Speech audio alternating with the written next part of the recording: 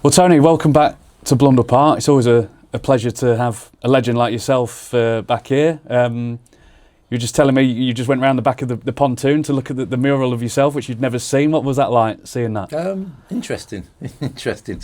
It just brings up a memory when I've had hair and could still run around. And you were just saying off camera that you used to try and sneak into Blunder Park around there. Yes, a long time ago when I was a very young boy. Me and a few friends trying to get in there before we could actually sort of get the money together to actually legitimately get in to watch a game. Yeah, because you're a local lad, of course. Yep. Came through the youth system here. What was that like for you growing up in this area? Really enjoyable. Like I say, I had lots of friends at school. Soon made lots of friends when I turned up at the football club. It was the best. Well, it certainly is the best time of my life. And like I say, just started doing something that I love doing. People pay me for it, so it could not be any better. And who were you playing for in the area, like junior? Played for school, played in Scunthorpe school. Like I said, sort of 15, I was playing with the men's teams that used to play in the Saturday leagues. Ice House, I think it was, that I played for a few times. You grew up the hard way when you went and played against people that had 5 pints before they walked onto a football pitch, but enjoyable. And can you remember the moment when Grimsby Town got in touch with you and asked you? Yes, I certainly can, yeah. It was in the days of Tommy Casey. We played non-stop. I think we played Cleo or somebody. Well, Mike Hallett was in goal for whichever team we were playing. And then so we came and watched the cup final game, the school's inter-schools cup final. And I knew somebody said, he's come specifically to watch you. And I think it was a week later, they just offered me an apprenticeship. Wow. And how old would you have been then? I'd have been just short of 16, sorry. Yeah, okay. So it was last year at school. So how long was it before you made your debut? Because it was it Walsall, I think? I believe it was, yeah. I'd been in about 5 months. Yeah, came... Because I left school early because I had a job to go to in those days. They actually let me leave school in May. So I left and sort of started before obviously, the team and the players came back. And it was probably about 5.5 months after that I actually made my debut. So what were you going to do? That's interesting. Interesting enough, I'd been to the college as it was there, and I was going to maybe pursue some education in engineering. Okay. That was my idea, but as soon as someone said, well, you can come play football, straight out of the window. Wow. And so in an alternate universe, we've got Tony Ford working in engineering, and you would never have had 1,000 career games, which we'll touch upon in a sec. So what was that like for you as a local lad, 16-year-old, coming on to play for your hometown club? It was great, but like I say, because it came with friends, we had the apprenticeship, my apprenticeship years, the 2 years that we did it. Obviously Dave Moore came along, Kevin Drinkle came along, all people I knew because we'd played against each other for schools. I mean, Dave was actually at the same school as myself. His brother Kevin obviously came in as a pro because he came as an 18-year-old. I knew him, and there was some good footballers around at the time. There was Brian Clue, that was at our school as well, who obviously went to Ipswich, Paul Bartlett, who went to Derby at the same time. So we'd grown up together knowing each other, and then just all went off to play football. But fortunately there was 3 or 4 of us here, so I wasn't alone, so to speak. Yeah. And you had great success as well in that time. Yeah, we did. I mean, I think the start of it was what's it called? Northern Intermediate League Cup. We got to the final of that and won that. I think we beat Middlesbrough out here, or it might have even been a 2-legged game.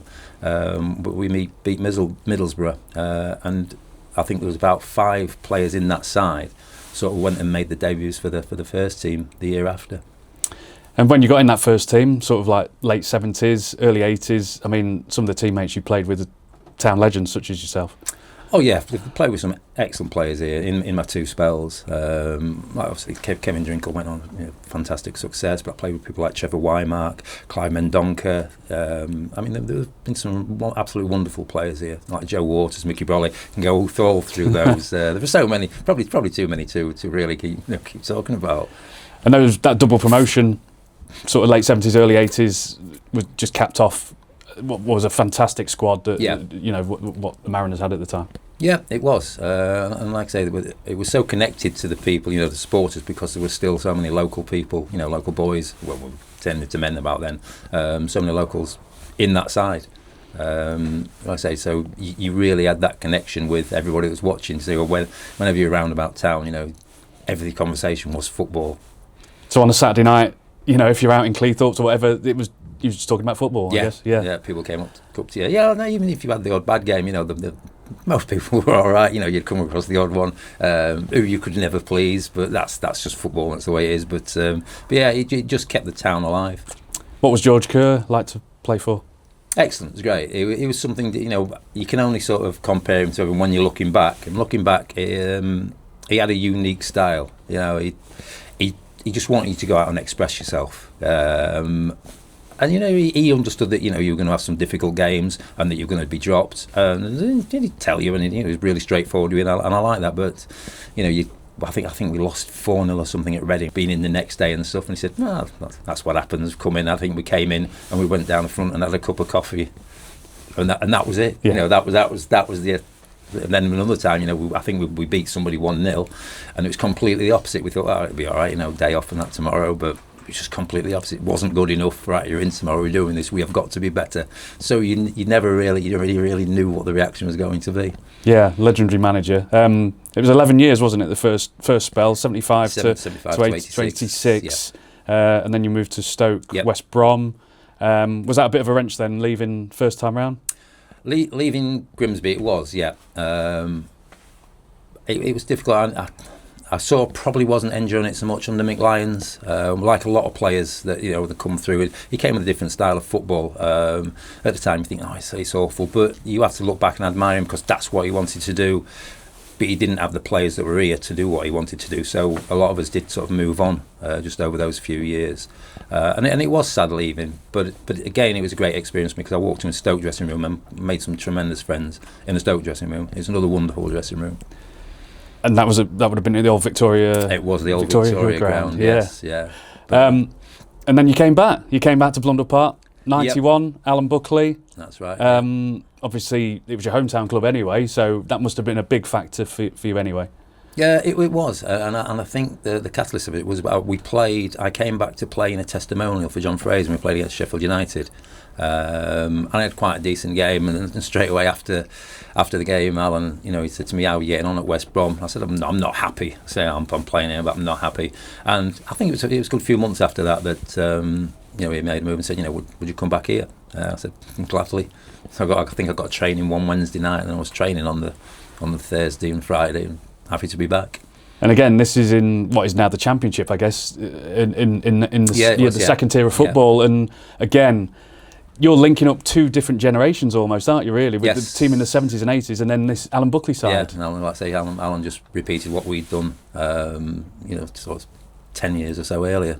Yeah, and like you mentioned earlier, playing with Paul Groves, like Clive Mendonca, John McDermott, who another one through the youth system. Again, it's a maybe younger town fans say that was their legends. Yes, yeah, it will be. Yeah, I mean, there'll be some people here, I'm sure, that'll know me today, but some people think, oh yeah, I sort of vaguely remember. But like I say, if the later ones came back, they'd probably be more in sync with them. Yeah. And then you joined Scunthorpe United, 1994. Did you get much stick for going down the A180? Got a lot of stick. I think I was known as a codhead or something, something like that, and that was it. But I think I sort of won them over a little bit because I had a decent sort of spell there. I played quite well. I played nearly I would say for all the time, I played 90% of the games once I was there. I think I missed a couple through injury. And again, another experience, but I didn't really matter. I didn't really care about what people thought of me as long as I could get on a pitch and play football. And then you had this extraordinary longevity in your career where keeping yourself fit, was that ever an issue for yourself, or was that just it just came natural?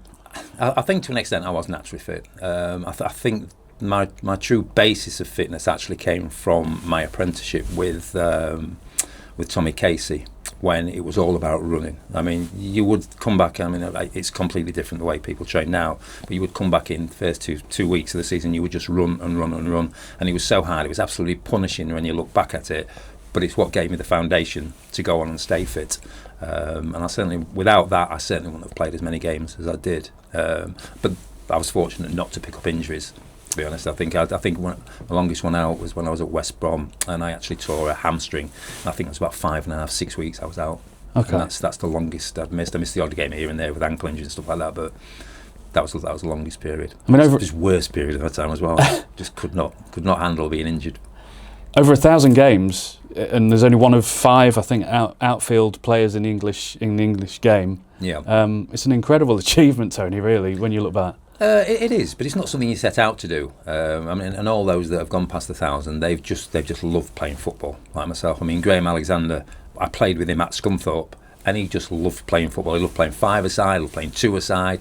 He loved doing everything about football, and then that's just what carried on to the pitch. And it was the same with me. He just loved every aspect of it, even the pre-season training in the end.